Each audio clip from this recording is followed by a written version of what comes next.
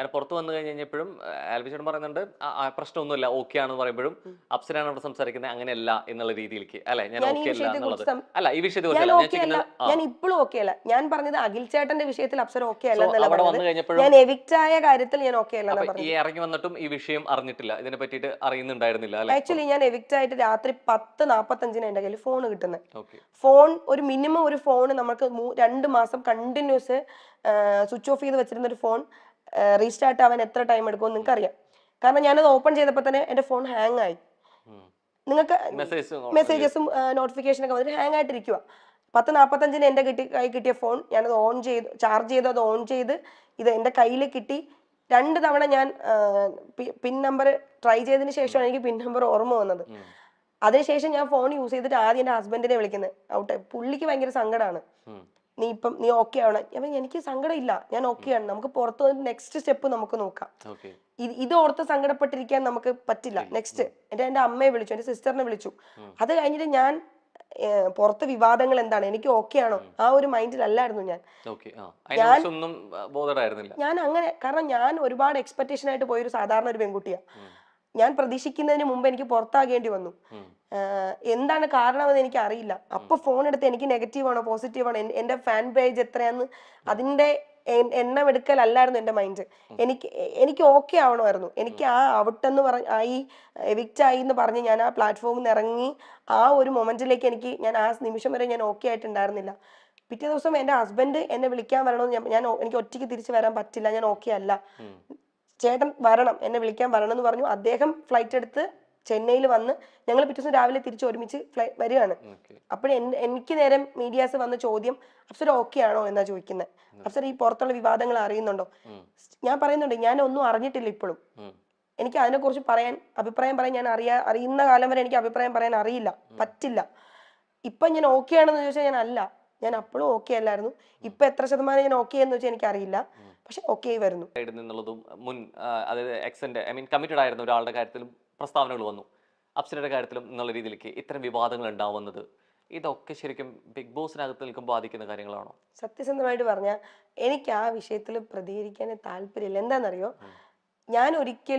ഞാൻ ഈ ലോകത്ത് എനിക്ക് ആൾക്കാരുടെ പ്രീതി കിട്ടാനോ അല്ലെങ്കിൽ എനിക്ക് ആൾക്കാരുടെ സപ്പോർട്ട് കിട്ടാനോ വേണ്ടിയിട്ട് ഞാൻ ഒരിക്കലും ഒരു വ്യക്തിയുടെ പേര് ഞാൻ ഒരിക്കലും പരാമർശിച്ചില്ല. കാരണം അദ്ദേഹം വേറൊരു വ്യക്തിയാണ്, അദ്ദേഹത്തിന് ലൈഫുണ്ട്. ഞാൻ കടന്നുപോയ ഒരു ലൈഫിൽ ഞാൻ അനുഭവിച്ച കാര്യങ്ങളെ കുറിച്ച് ഞാൻ പറഞ്ഞിട്ടുണ്ട്. അത് ഞാൻ പറഞ്ഞത് അത് സമൂഹത്തിൽ ഒരുപാട് ആൾക്കാർക്ക് അറിയാം, നിങ്ങൾക്കും അറിയാം. ഒരുപാട് പെൺകുട്ടികൾ അനുഭവിക്കുന്നുണ്ട്, ഒരുപാട് പെൺകുട്ടികൾ അനുഭവിച്ച കാര്യമാണ്. അത് കുറെ ആൾക്കാർക്ക് തുറന്നു പറയാൻ മടിയാണ്. എന്താ കാര്യം എന്നറിയോ, ഞാൻ തുറന്നു പറഞ്ഞപ്പോൾ എനിക്ക് ഓപ്പോസിറ്റ് കിട്ടിയത് എന്താണ്? ഇവർ സ്ത്രീകളടക്കം എനിക്ക് എതിരാണ് സംസാരിച്ചത്. ഞാൻ വീണ്ടും വീണ്ടും അത് ആവർത്തിക്കപ്പെടുമ്പോഴും എനിക്ക് വീണ്ടും വീണ്ടും സപ്പോർട്ട് കിട്ടുമെന്നുള്ള പ്രതീക്ഷ കൊണ്ടല്ല എനിക്ക് ഓപ്പോസിറ്റ് വന്നപ്പോൾ പോലും ഞാൻ ഒരു സോഷ്യൽ മീഡിയ പോയിരുന്നിട്ടും ഞാൻ എന്നെ ന്യായീകരിച്ച് അതിന് മറുപടി കൊടുക്കാത്ത ഒരാളാണ്. കാരണം എന്ന് വെച്ചാൽ എനിക്ക് വ്യക്തമായ ധാരണയുണ്ട് എനിക്ക് ഒരിക്കലും സപ്പോർട്ട് കിട്ടില്ല നമ്മുടെ സമൂഹത്തിൽ നിന്ന്. എന്തുകൊണ്ടാണ് പിന്നെ വീണ്ടും വീണ്ടും അത് പറയുന്ന വ്യക്തികൾക്കെതിരെ മാത്രം അറ്റാക്ക് ഉണ്ടാവുന്നത്? പറയുന്ന വ്യക്തികൾക്ക് എന്ന് പറയുന്നത് എനിക്ക് വ്യക്തമായില്ല, മനസ്സിലായില്ല. ഞാൻ എന്റെ ലൈഫിൽ ഞാൻ കടന്നുപോയ ഒരു മോശം സാഹചര്യത്തെ കുറിച്ച് മാത്രം ഞാൻ പറഞ്ഞു. ഇതിനു മുമ്പ് ഞാൻ ഒരു അവസരത്തിൽ പറഞ്ഞു. അപ്പോഴും ഏറ്റവും കൂടുതൽ അറ്റാക്ക് നേരിട്ട വ്യക്തി ഞാനാ. എന്തുകൊണ്ട് ഒരാള് പോലും ആ ചെയ്ത വ്യക്തിക്കെതിരെ സംസാരിച്ചില്ല? അത് കഴിഞ്ഞു. അന്ന് ഞാൻ വന്നിട്ട് അല്ല, ഞാൻ പറഞ്ഞ സ്റ്റേറ്റ്മെന്റിനെ കുറിച്ചിട്ട്. അത് കഴിഞ്ഞിട്ട് ഇപ്പൊ ഞാൻ ബിഗ് ബോസിൽ പോയ സമയത്തും ഞാൻ പറയാൻ ശ്രമിച്ചത് ഇത്രയേ ഉള്ളൂ.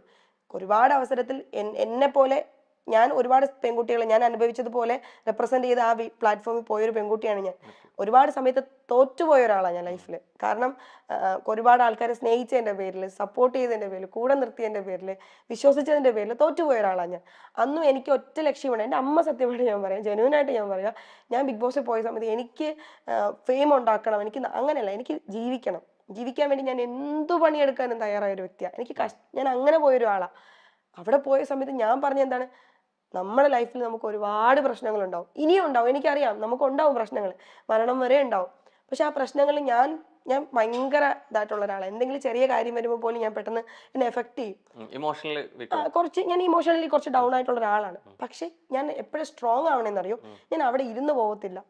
ഞാൻ അപ്പൊ ചിന്തിക്കുന്ന എന്താണ്, ഞാൻ ഇവിടെ ഇരുന്നാൽ എനിക്ക് ആരുമില്ല, എനിക്ക് കൊണ്ടുതരാൻ ആരുമില്ല. ഞാൻ കഷ്ടപ്പെട്ടാലേ എനിക്ക് ജീവിക്കാൻ പറ്റുള്ളൂ. ഞാൻ ഇങ്ങനെ ഇരുന്നാൽ എന്നെ പറഞ്ഞ ആൾക്കാർ വിജയിക്കുകയും ഞാൻ തോറ്റു പോവുകയും ചെയ്യും. അങ്ങനെ തോക്കാൻ പാടില്ല. എനിക്ക് ജയിക്കണം. ഞാൻ സ്വപ്നം കണ്ട അടുത്തേക്ക് എനിക്ക് എത്തണം. ശരി, ഞാൻ കഷ്ടപ്പെടാൻ തയ്യാറാണ്. എൻ്റെ സ്വപ്നങ്ങൾ അത്ര വലുതായതുകൊണ്ട്, ജീവിതത്തിൽ തോറ്റു കൊടുക്കാൻ പറ്റാത്തതുകൊണ്ട് ഞാൻ വീണ്ടും കഷ്ടപ്പെടാൻ തീരുമാനിച്ചു. ഞാനിത് പെൺകുട്ടികളോട്, ഇത് അനുഭവിക്കുന്ന സ്ത്രീകളോട് തുറന്നു പറയാത്ത എത്രയോ സ്ത്രീകളുണ്ട്. ഞാനിത് അവരോട് പറയുന്നത് എല്ലാവരുടെ ലൈഫിലും ഉണ്ടാവും. എൻ്റെ ലൈഫിലും ഉണ്ടായി. പക്ഷെ അവിടെ നമ്മൾ വീണ് പോവരുത്. നിങ്ങൾ ട്രൈ ചെയ്തുകൊണ്ടേ ഇരിക്കുക.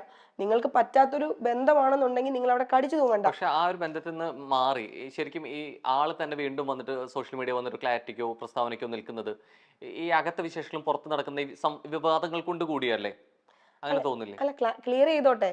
ഞാൻ പറയട്ടെ. ഇപ്പം എപ്പോഴും ഞാനിപ്പം പറയുമ്പോൾ എന്നെ ന്യായീകരിച്ചിട്ടേ ഞാൻ പറയുള്ളൂ. ഞാൻ ഓപ്പോസിറ്റ് പറയുന്ന വ്യക്തി അദ്ദേഹത്തെ ന്യായീകരിച്ചിട്ടേ പറയുള്ളൂ. പറഞ്ഞോട്ടെ. എനിക്ക് ഞാനിനി അത് ക്ലിയർ ചെയ്യാനോ തിരുത്താനോ എൻ്റെ ഭാഗം ന്യായീകരിച്ച് സംസാരിക്കാൻ ഞാൻ വരുന്നില്ല. ഞാൻ ഇത്രേ പറഞ്ഞോളൂ. അന്നും ഞാൻ പറയുന്നത് ഇത്രയാണ്. നമ്മുടെ ലൈഫിൽ കുറേ പ്രശ്നങ്ങൾ വരും. ഇപ്പൊ ദാമ്പത്യ ജീവിതത്തിലായാലും അല്ലാത്ത ലൈഫിലായാലും നമുക്ക് കുറേ പ്രശ്നങ്ങൾ വരും. അവിടെ നമ്മൾ തളർന്നു പോകാതിരിക്കുക. ഇപ്പൊ നമ്മുടെ സങ്കടങ്ങൾ ഇപ്പൊ പബ്ലിക്കിൽ വന്നിട്ട് പറഞ്ഞാൽ പോലും ചിലപ്പോൾ നമ്മളെ ആളെ അക്സെപ്റ്റ് ചെയ്യില്ല. നമുക്ക് ഓപ്പോസിറ്റ് ആയിരിക്കും അപ്പോഴും ആൾക്കാർ കൂടുതൽ റിയാക്ട് ചെയ്യുന്നത്. അത് മൈൻഡ് ചെയ്യാതിരിക്കുക.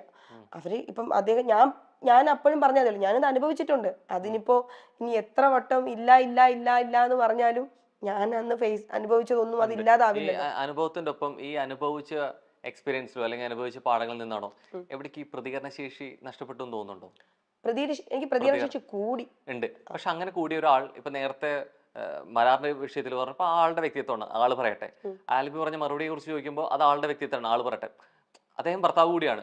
സംസാരിക്കുന്നത് മറ്റുള്ളവർക്കൊക്കെ പ്രതികരിച്ചാണെങ്കിൽ പോലും അപ്സരയെ മുന്നിൽ കണ്ടുകൊണ്ട് കൂടിയാണ് അല്ലെ.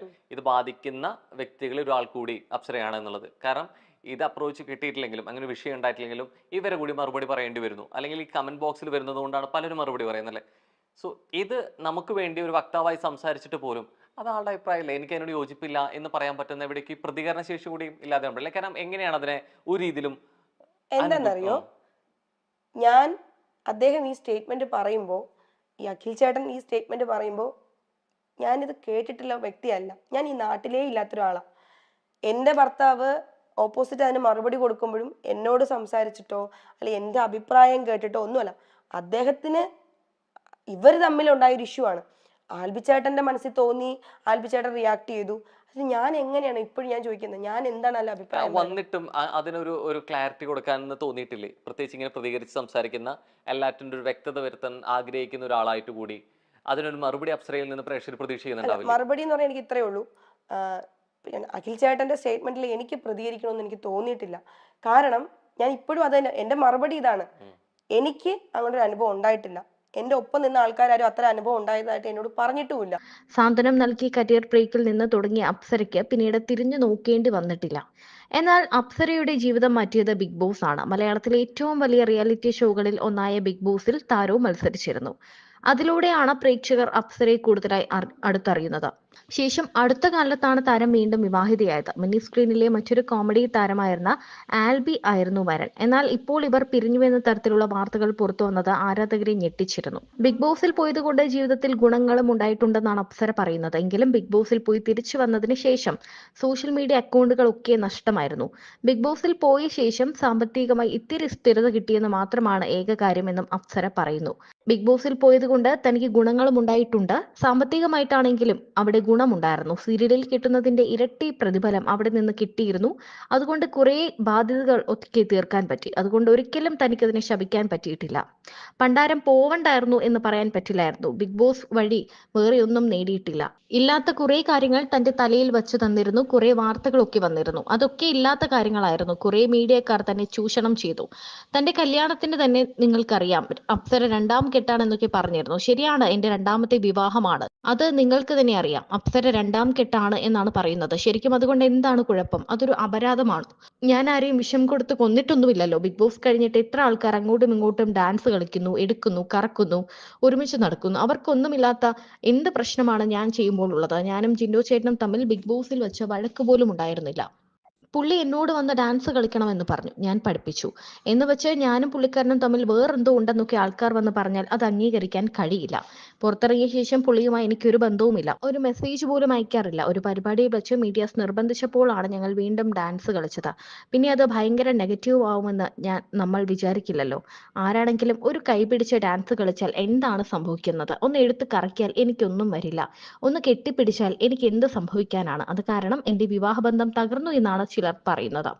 ഞാനും എൻ്റെ ഭർത്താവും ഡിവോഴ്സ്ഡ് അല്ല. പിന്നെ വാർത്തകളിൽ വരുന്ന കാര്യം വിശദീകരിക്കാൻ എനിക്കിപ്പോൾ താല്പര്യമില്ല. അങ്ങനെയാണെങ്കിലും അല്ലെങ്കിലും ആരോടാണ് താൻ തെളിയിക്കേണ്ടത് എന്നും തനിക്കറിയില്ല.